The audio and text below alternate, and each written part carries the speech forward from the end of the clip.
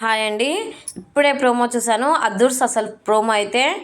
ఆయిష్ అయితే చాలా ఓవర్‌గా మాట్లాడుతుంది. మామూలుగా ఓవర్ కాదు. తన డైరెక్ట్ నామినేషన్ చేసిందామె. ఎంత ఓవర్‌గా మాట్లాడుతుందంటే అంత ఓవర్‌గా మాట్లాడుతుంది. ఆమె నామినేషన్ చేసింది రీతుననమాట. రీతుతో లవ్ యాంగిల్, యాంగిల్ అని చాలా వల్గర్‌గా మాట్లాడుతుందనమాట. సో, ఆ నామినేషన్స్ ఎట్లయినాయి ఏంటనేది మనం ఇప్పుడు డిస్కస్ చేసుకుందాము. సో, ముందుగా అయితే ఒక రూమ్‌లో బెలూన్స్ ఏసారనమాట. బెలూన్స్ ఏసి అందులో నామినేషన్స్ టికెట్స్ ఉంటాయనమాట. సో, అందులో ఇంటి హౌస్‌లో నుంచి ఇద్దరిని సెలెక్ట్ చేస్తారు. ఇమాన్యుయల్‌ని అండ్ ఈ ఆయుష్ ఉందిగా, ఆయుష్‌ని సెలెక్ట్ చేస్తారు. ఇద్దరు కలిసి ఆ బెలూన్స్ పగలగొట్టాలనమాట. పగలగొడితే అందులో నామినేషన్ టికెట్స్ ఉంటాయి. ఆ నామినేషన్ టికెట్స్‌ని ఓపెన్ చేసి మనకు ఫేవరెట్ ఎవరైతే ఇయ్యాలనుకుంటామో వాళ్ళకి ఇయ్యొచ్చనమాట. సో, ఇమాన్యుయల్ ఏమో కళ్యాణ్‌కి వాళ్ళందరికి ఇస్తాడనమాట. ఆయిషా కొందరికి ఇస్తాదనమాట. ఆయిషా తక్కువ తెచ్చుకుంటుంది టికెట్స్ అనేటివి. ఇమాన్యుయల్ ఎక్కువ తెస్తాడనమాట నామినేషన్ టికెట్స్. సో, అలా నామినేషన్స్ అయితే స్టార్ట్ అవుతాయి. ఆయిషా తెచ్చినందుకు ఏమైతుందంటే ఆమె డైరెక్ట్ నామినేషన్ టికెట్ తీసుకుంటుందనమాట ఆమె ఫేవరబుల్‌గా.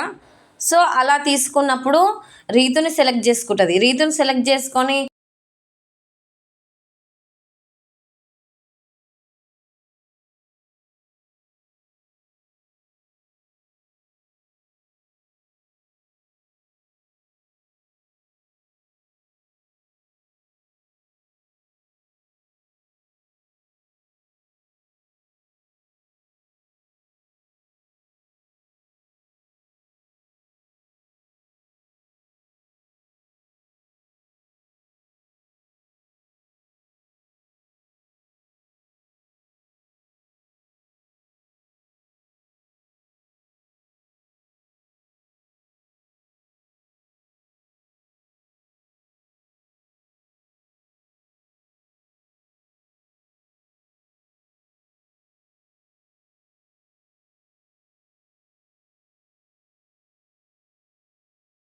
ఎలా పడితే అలా మాట్లాడుతుంది. నేను లవ్వులు చేయనీకి రాలేదు, అది చేయనీకి రాలేదు. ఆళ్ళ పర్సనల్ గురించి ఎట్లా పడితే అట్లా మాట్లాడుతదండి. ఇంకోటి తన వరస్ట్ బిహేవియర్ అండి. మాట్లాడే మాట అస్సలు బాలేదు. చాలా ఓవర్ యాక్షన్ చేస్తుందామె. చాలా ఓవర్ అనిపించింది నాకు. అసలు ఎందుకు ఇట్లా మాట్లాడిందిరా బాబు అనిపించింది. ఫస్ట్ నుంచి ఓవర్ చేస్తుంది. ఇప్పుడైతే ఇంకా ఆమెకు నెగటివిటీ మామూలుగా పెరగదండి. చాలా నెగటివిటీ ఎదుర్కొంటది. కావాలని అందరి మీద నోరేసుకొని పడిపోతుందనమాట.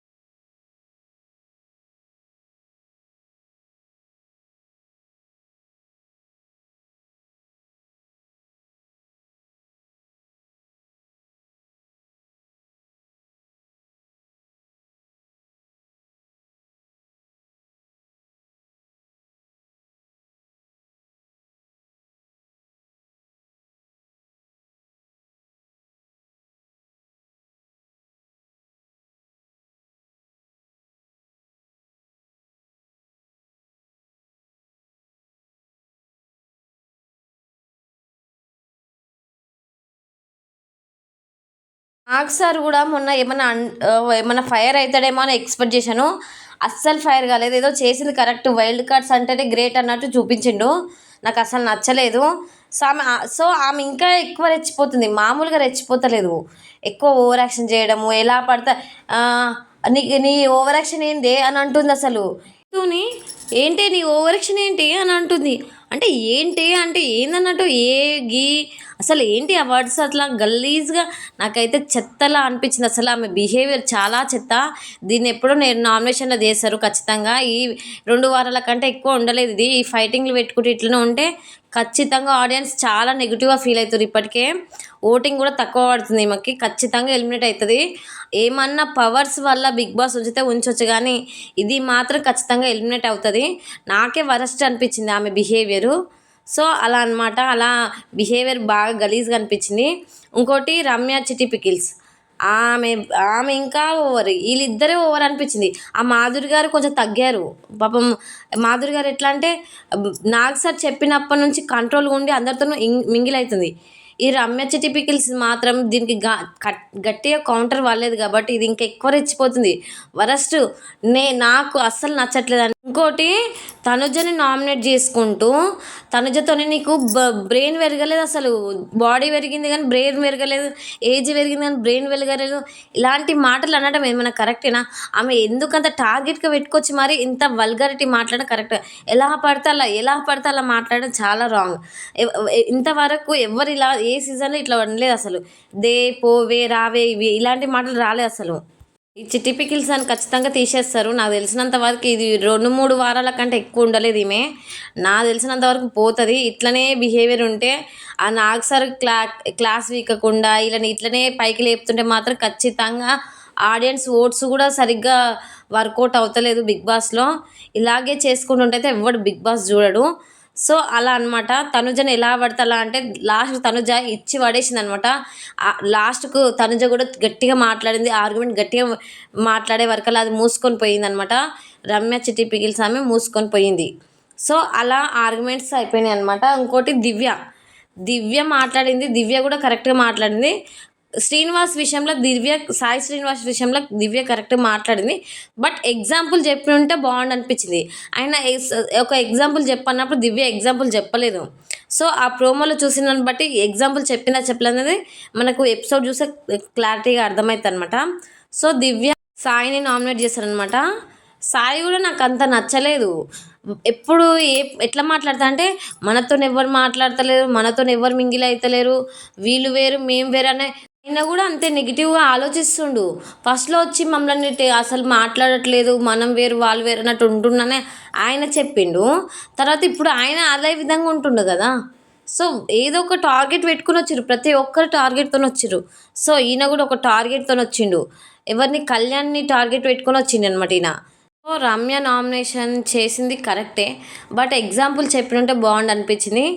ఓకే, ఇది ఇట్లా నామినేషన్ అయితే జరిగిందనమాట. ఇంకోటి వచ్చేసి నేను మాట్లాడిన కొన్ని వర్డ్స్ నాకు నచ్చలేదండి. ఎందుకంటే ఆయన మీరు రావడం వల్లనే భరణి గారు వెళ్ళిపోయారనే పాయింట్లో మాట్లాడిండు. మీరు ఒక ఫ్యామిలీని మెయింటైన్ చేస్తారు, ఇక్కడికి వచ్చినాక బాండింగ్స్ పెట్టుకున్నారు అని ఈ విధంగా మాట్లాడతారు. మేబీ పెట్టుకుంది కరెక్టే. ఫ్యామిలీ అని 10 సార్లు తీయడం చాలా రాంగ్. అసలు ఉన్నంత వరకు బర్నీ గారిని ఆల్రెడీ అదే టార్గెట్తో పంపించారు. ఇప్పుడు ఈమెను కూడా అదే టార్గెట్ చేస్తున్నారు అనమాట. సో బాండింగ్స్ అనేది నార్మల్గా ఎవరికైనా ఉంటాయి. ఈయన అదే పాయింట్ రేజ్ చేసి మరి చెప్పడం కరెక్ట్ అనిపించలేదు. కానీ ఈ 50-50% వీళ్ళిద్దరి మధ్యలో 50-50% అయితే తప్పైతే ఉంది. ఇంకోటి రీతు రాముని నామినేట్ చేస్తుంది. ఏమంటే నువ్వు ఎక్కడ కనిపిస్తలేదు, నీ గేమ్ కూడా కనిపిస్తలేదు, అసలు నువ్వు ఎవరితో అసలు మింగిల్ అవుతలేవు, ఎవరితోని నాకు కనిపించట్లేదు, నీది అనేది నాకు ఎక్కడ కనిపించట్లేదు అని చెప్పి నామినేట్ చేస్తాను అనమాట. కనిపించకుండా నీ ప్రాబ్లం అని అంటాడనమాట. సో నాకేమనిపించిందంటే రాము నిజంగానే అందరికీ దూరం ఉంటున్నట్టు అనిపించింది. ఎక్కడ నాకు అతన్ని కామెడీ స్కిట్ కానీ గేమ్స్ కానీ ఏది కనిపించట్లేదు. రాము డల్ అయిపోయినట్టు అనిపిస్తుండు. సో ఆమె పాయింట్ ఆఫ్ వ్యూలో ఆమె కరెక్టేనే ఉంది. సో రీతు పాయింట్ అయితే కరెక్టే.